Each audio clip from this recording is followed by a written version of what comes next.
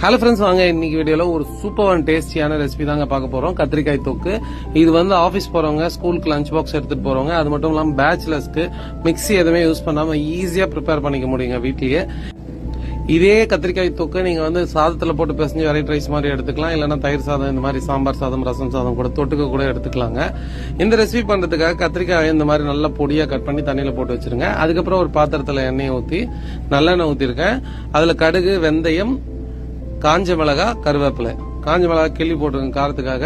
அதுக்கப்புறம் இடிச்சு வச்சிருக்க பூண்டு, சின்ன வெங்காயம், உங்ககிட்ட சின்ன வெங்காயம் இல்லைன்னா பெரிய வெங்காயம் கூட இந்த மாதிரி வந்து ஸ்லைஸ் பண்ணி போட்டுங்க.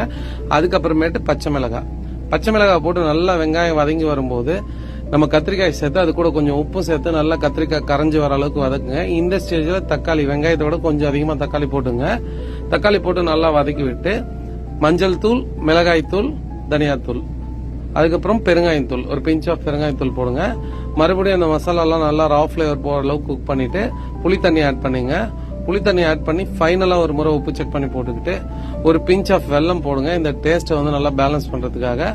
அவ்வளவுதாங்க, மிக்ஸ் பண்ணிக்கிட்டே இருங்க. எண்ணெய் நல்லா பிரிஞ்சு வரும்போது அடுப்பு ஆஃப் பண்ணிட்டு நல்லா குழஞ்ச சாதத்தோட